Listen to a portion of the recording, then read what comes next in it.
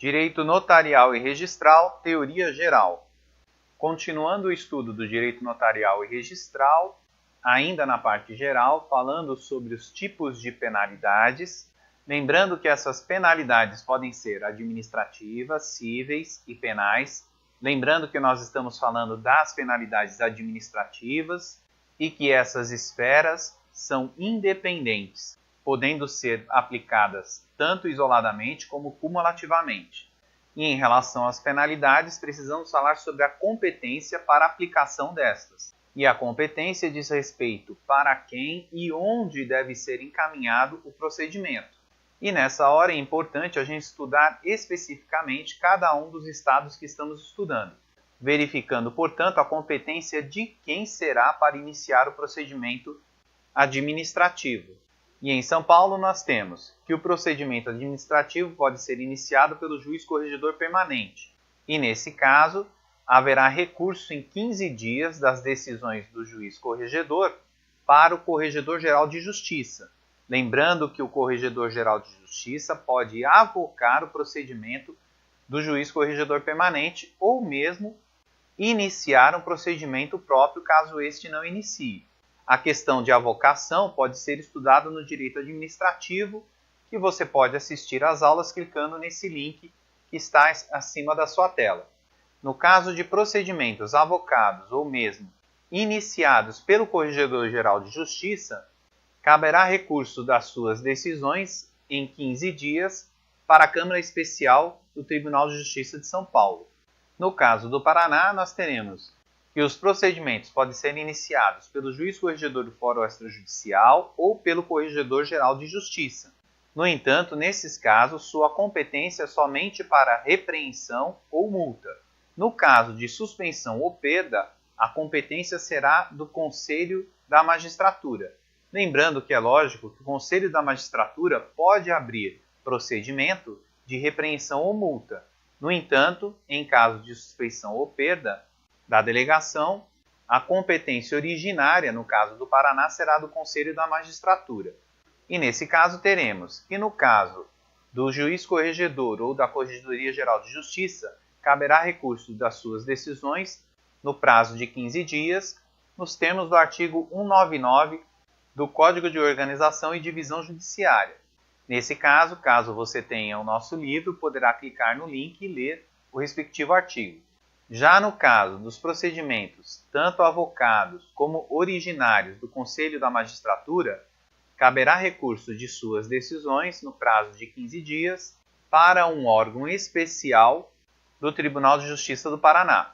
No caso do Rio de Janeiro, todas as punições podem ser aplicadas pelo Corregedor-Geral de Justiça, cabendo, nesse caso, pedido de reconsideração de sua decisão em até 5 dias.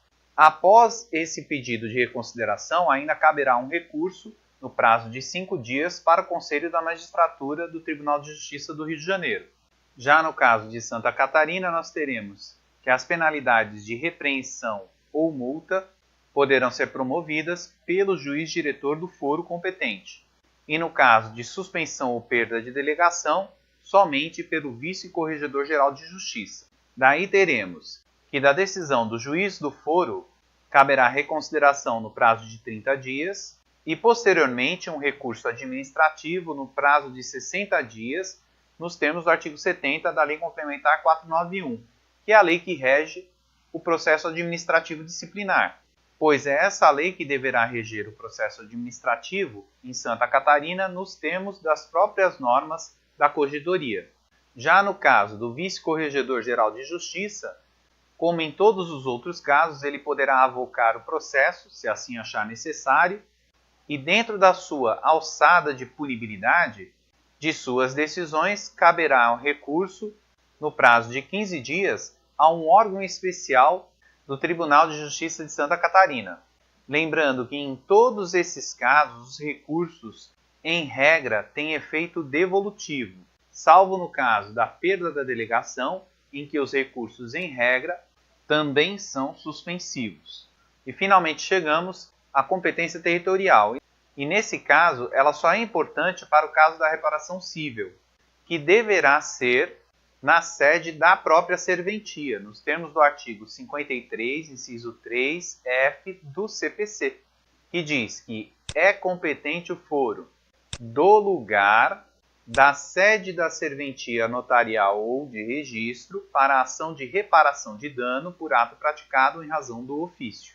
E aqui vai um alerta, porque nem sempre a sede da serventia é o local de moradia do delegatário. E isso se dá por força da Resolução 37 do CNJ, que determinou que as autorizações para que os juízes residam fora das respectivas comarcas só devem ser concedidas em casos excepcionais e desde que não causem prejuízo à efetiva prestação jurisdicional. Lembrando que a residência fora da comarca sem autorização caracterizará a infração funcional sujeita a procedimento administrativo disciplinar. E esta mesma resolução é aplicada de forma subsidiária aos delegatários. E a discussão sobre isso é antiga. No entanto, as decisões do CNJ têm reiterado esse entendimento, conforme você poderá ver nessa decisão que foi julgada em 2018, em um pedido de providências instruído no Conselho Nacional de Justiça. Caso você tenha o nosso livro, é só clicar e você será encaminhado para essa decisão, para a leitura dela. E só para efeito de conhecimento, tem havido decisões de delegatários que perdem a sua delegação por estarem em comarcas distantes da comarca onde efetivamente prestam o serviço delegatário. E nesse caso, infelizmente, por força da insegurança jurídica, em regra, eles devem residir na comarca onde tem a delegação. Em comarcas pequenas, geralmente o delegatário mora no mesmo lugar da serventia, geralmente numa casa adjacente. No entanto, para efeito de competência territorial, devemos lembrar que a reparação cível será proposta no foro da sede da serventia, nos termos do CPC.